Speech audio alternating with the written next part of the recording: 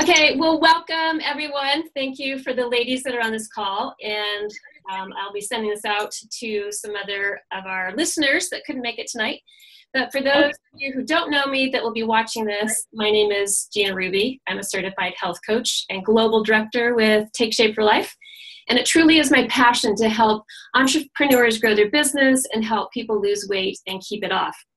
And I want to welcome the viewers right now, as well as those who will be watching this, because I'm going to be covering some really simple tips on how to continue to grow your business through the holidays, as well as kind of bust those sabotaging culprits that come into our life over the holidays where we kind of tend to overeat and gain weight. Putting our life on autopilot for the next 6 weeks and putting our business on hold and our health on hold is not going to do you any favors. And I would prefer that people bring in 2016 with momentum and really thriving, rather than come into the new year with a lot of regrets and frustration, and then they're kind of like starting from stop rather than starting from a good momentum and a good groove. So thank you for those that are watching this now. Thank you for those that are going to watch it, because you're going to be ahead of the game.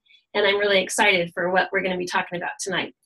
So getting into the business part of this super fast, there's really 3 areas that help us accelerate in our business. So if we're stuck, it's typically because of one of these areas. And the first 2, we're going to talk, these are really pretty easy to see, your skills and your actions. We'll talk about what those are. And then we're going to talk about concepts. That one's not so easy to see because that's stuff that's stuck up here between the ears. And we'll kind of do a little digging to figure out what those concepts might be that are keeping you stuck. And this is about business, but it's also can be related to our health as well. So with skills can be our skills in our business. You know, a health and wellness person, they understand nutrition, they understand fitness. Gail is a kindergarten teacher, so she understands teaching children and kind of children's psychology. And then we've got Jessie on here. She's a business and life coach. So there's certain skills that pertain to our product or our service. And then there's other just God-given skills and abilities. And knowing what those skills are is going to behoove us in what we do in our work. And it astonishes me how many people do not know what their skills and abilities are. So because we've got some time here to kind of lay out some interaction, what are some product or service skills that we need? And Jessie, you can say a couple.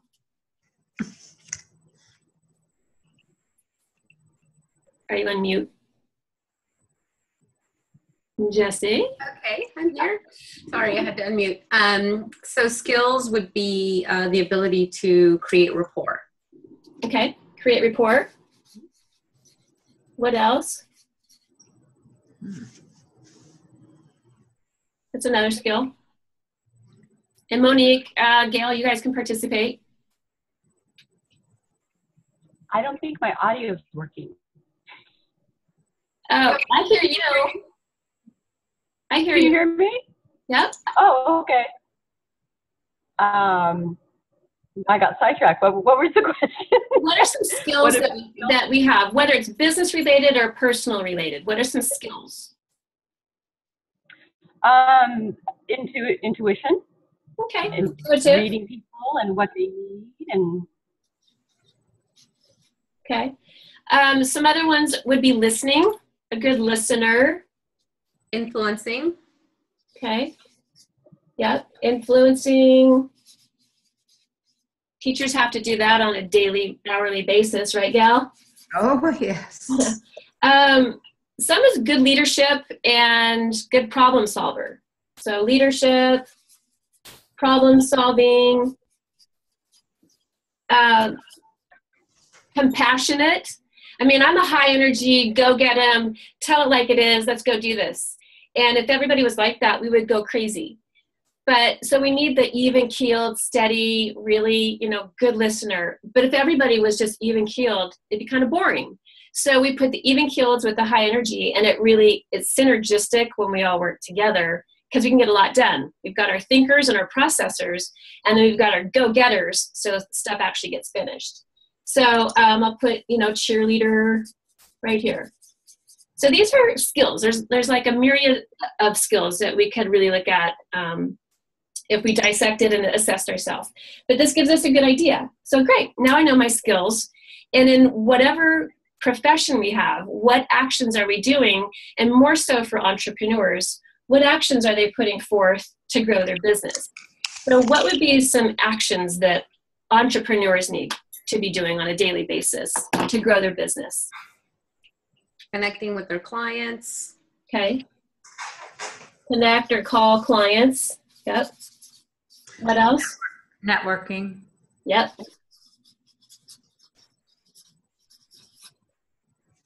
Anything else you can think of? I like to talk about speaking. Public speaking is one of the best ways that people get to know you, like you, trust you on a pretty rapid basis. So speaking, one-on-ones. I built my business, a 6-figure business, doing coffee appointments. I networked 3 times a week, and I did 3 coffee appointments a week. So I call them coffee appointments. If people are across states, then you can do a virtual coffee with Skype or Zoom. Have your little cup of tea or your coffee or your water and just have a really good, I want to get to know your business, you get to know my business, and see if we can refer to each other. So coffee appointments or one-on-ones, that gets your skills and abilities now out to the masses so they know what you do. And then you put action and activity and effort towards it. And it seems like if you combine skills with actions, bam, your business is going to grow and thrive, and you're going to help lots of people and make lots of money.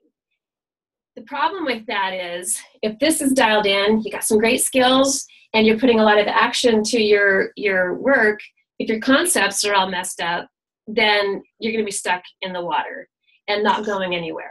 So concepts, I put down here, this runs the ship. It's everything between our ears. And we have good concepts or negative concepts. So what are some of the negative concepts that just keep us stuck? People won't like what I have to say. I'm going to come off salesy. Okay. People won't like it.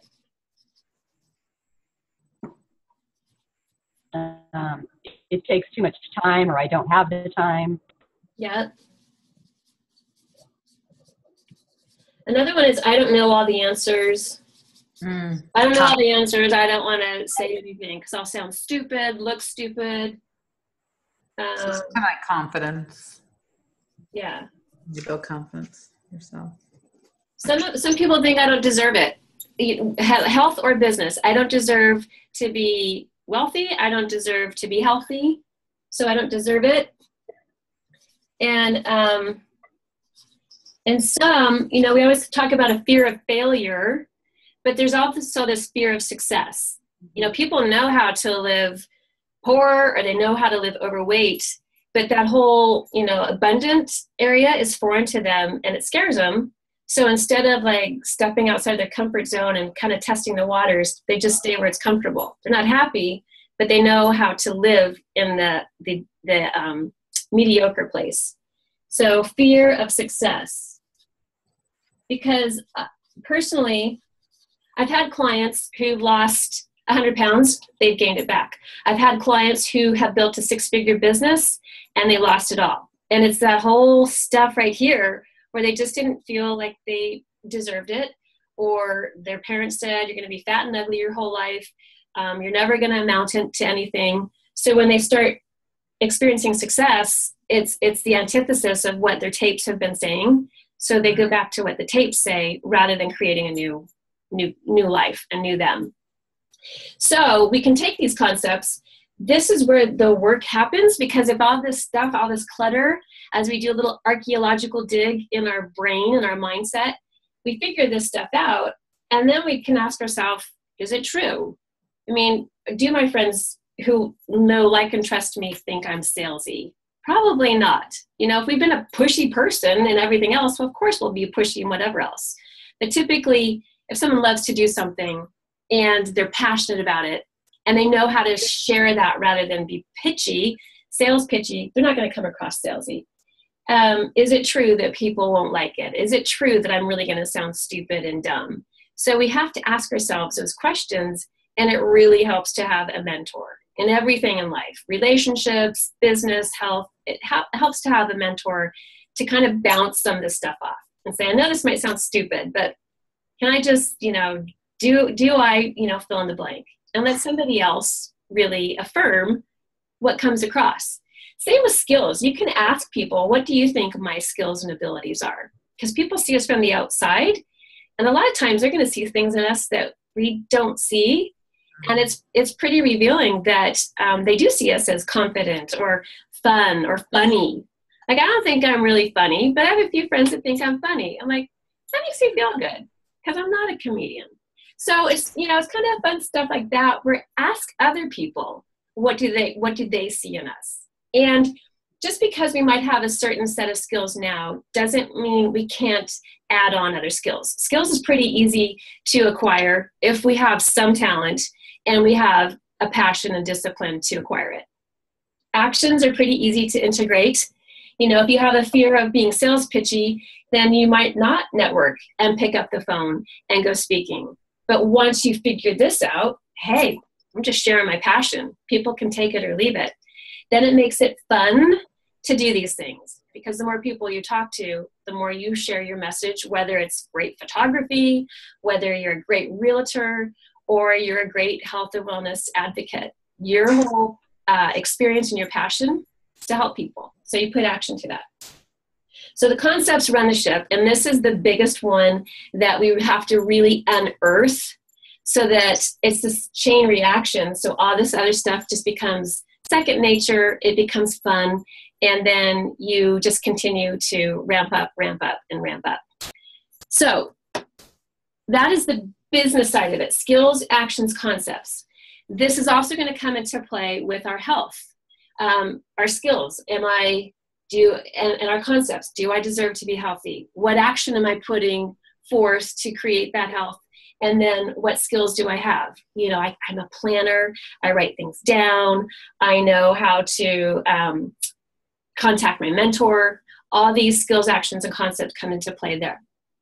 But specifically, I want to talk about the holidays, because it is the mass caloric consumption time of the year, and it is brutal on the waistline, which is brutal on our health. So I put holiday sabotage busters, and just to give us a little insight, beware of the 7 to 12 pounds that many, many people are going to gain in the next 6 weeks. Kind of started with Halloween with the candy, then we go into Thanksgiving and Christmas, New Year's Eve, New Year's Day.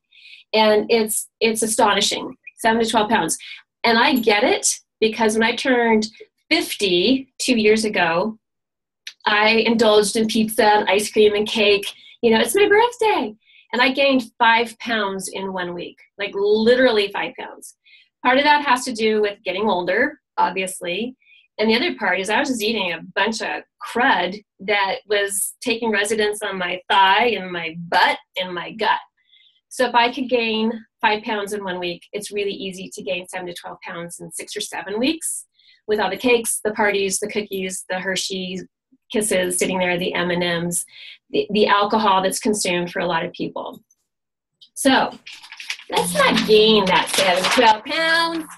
Let's go ahead and really create a strategic map for you guys, and then you can share a lot of this stuff with the people you know. Saying no, and I think Gail and I were talking right before we started recording this. Her husband came in, and there really is power in saying no thank you. We don't have to say yes to every free tray of cookies that comes in and free pizza that's delivered to the lunchroom on our work day. We can say no thank you, and our waist is going to be thanking us. So the way to kind of map it out, I'm going to give you some strategies, but if you don't have a roadmap of what you even want, the strategies don't matter. So we call this a little kind of a structural tension chart. Down here, don't look at this yet. Just look at this down here. It says now. This is today. What is your current reality?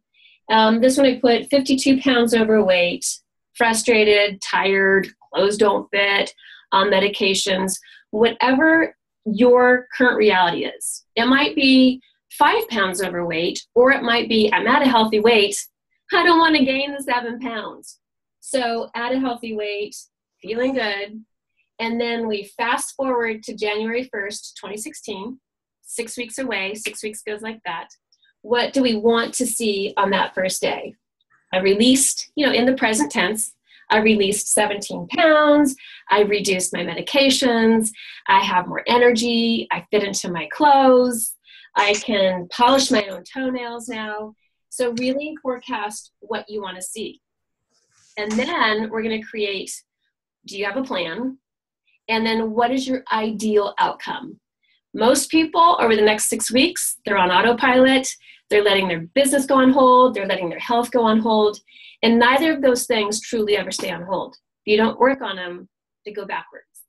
So what is your ideal outcome for reaching January 1st, 2016? People that have a plan, even if they don't reach everything here, they got a lot closer than if they had zero plan. And then this right here, these little ladder steps, those are going to be the strategies we're going to put in place so that you take your now, climbing up these little stair steps of strategies, and you're getting to where you want to be in 6 weeks. So I'm going to give you a bunch of these. Part of it is thinking mindfully rather than just eating on autopilot, shoveling mashed potatoes and pumpkin pie and, boatloads of turkey and gravy, plus all the cookies, all the cakes that are coming to you. Instead of just piling it in, think about every bite. When a lot of people say, I don't want to be deprived. I just want to have fun. When I go to the mall, I see a lot of things I'd love to buy: purses, sunglasses, jewelry, clothes. I can't buy everything I see. I have a budget of money that I have to spend. And it's the same with eating. We have to budget our calories like we budget our money. If you just eat everything in sight, then you're going to be in debt with all that stuff residing on your body. So rather than thinking of it as deprivation, think, I got to budget my calories today. What am I going to eat? Where am I going to eat? For our clients that are on the 5 and 1, they know that if I stay on the 5 and 1 through the holidays, I'm going to burn fat. If they choose to modify it and maybe do a 4 and 2, that's okay. I'm all about giving people options. The fat burning will slow down a little bit. If some of them say, I just got to try my Aunt Bertha's pumpkin pie, then we just let them know you'll be kicked out of fat burning for a few days, and your goal is up to you. We play at the level our clients want to play at. So we give them options though, because when people think, I only have one way to do this, I'm going to rebel. So we give them options, and then they get to pick how fast they want to burn the fat. And then for anybody watching this afterwards, if people just really portion control, eat small amounts every couple hours, how they want to do it, and really weed out the massive amount of sugars, they'll be on a really good journey for their 2016 as well. So eating mindfully. Why are you eating? And it's rational versus emotional. Sometimes people think, well, I just have to think rationally, or I just want to eat everything I want to eat. There's a way to combine both rational and emotional eating so that it's a win-win for our clients and for people who want to really get through the holidays without sabotaging their waist. The first question is eating this in my long-term best interest? So if it's the, gravy and potatoes and 2 pieces of pumpkin pie, if I eat this, is it in my best interest long-term? And then now you're starting to have this conscious conversation rather than just digging in and afterwards going, why did I eat that? You make it a conscious choice. And then if I eat this now, how will I feel in an hour? So it's really thinking forward. Rather than instant gratification, we're thinking forward. How I feel in an hour. I'm pretty sure people are going to be stoked that they didn't cave. And then how will I feel tomorrow? They're going to feel even better tomorrow because now that's in the past. And they didn't just keep themselves out of fat burning or add another, half a pound to their body or a quarter of a pound.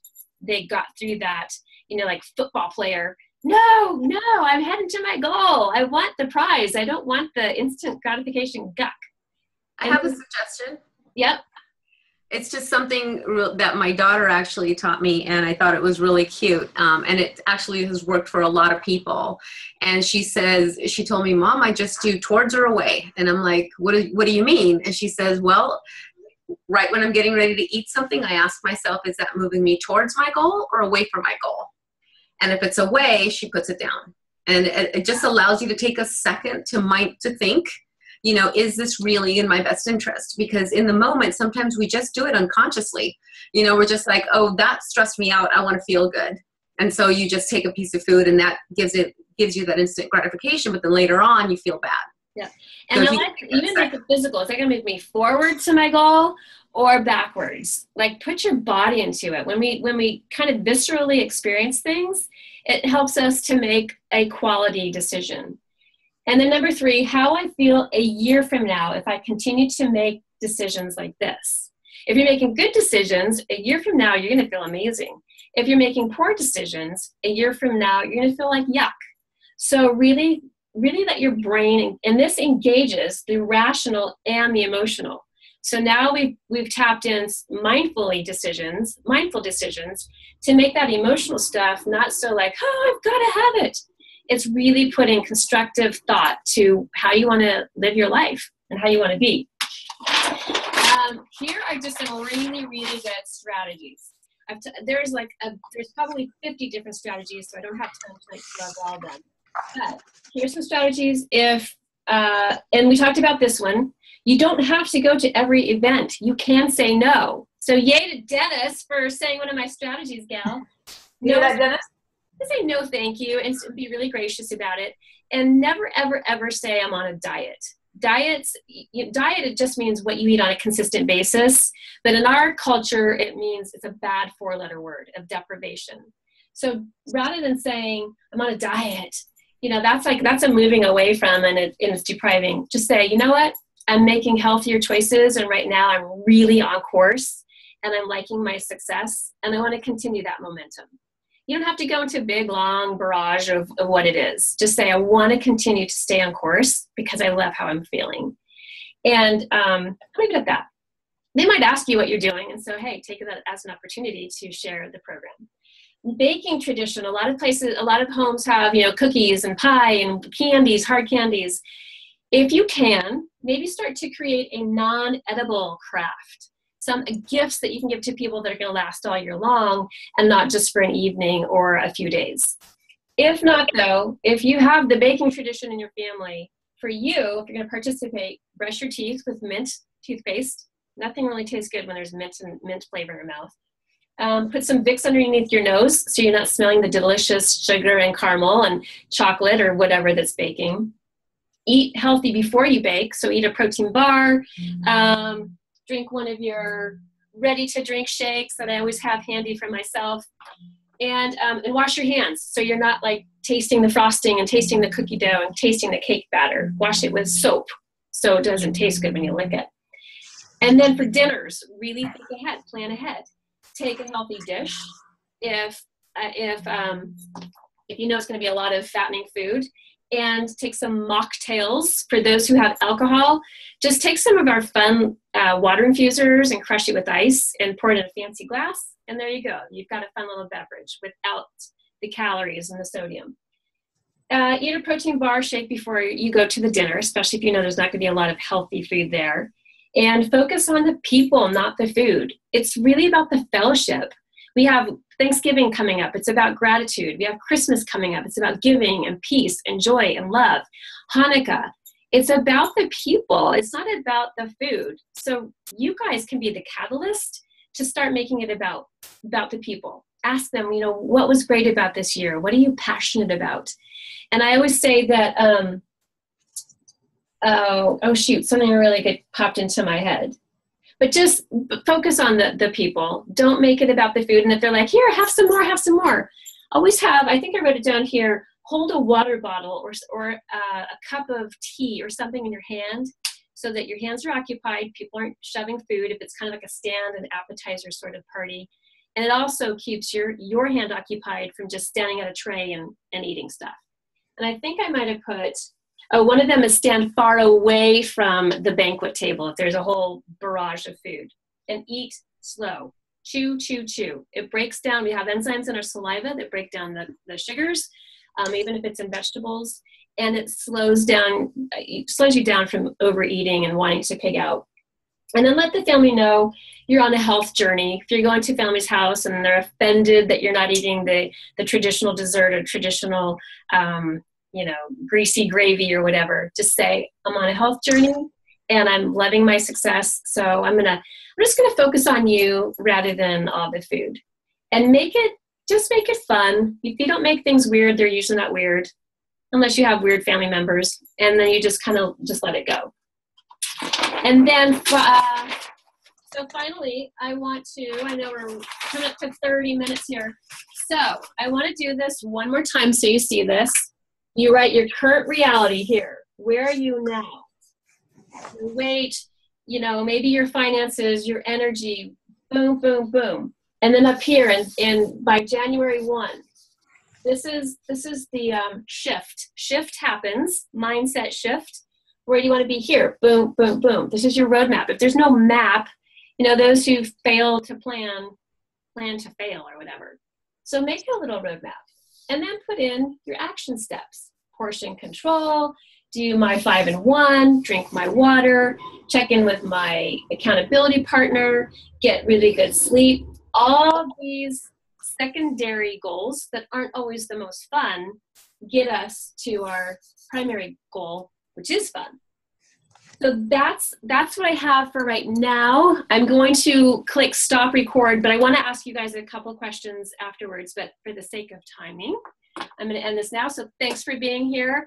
And I hope whoever else watches this really gets inspired to make conscious choices rather than live on autopilot.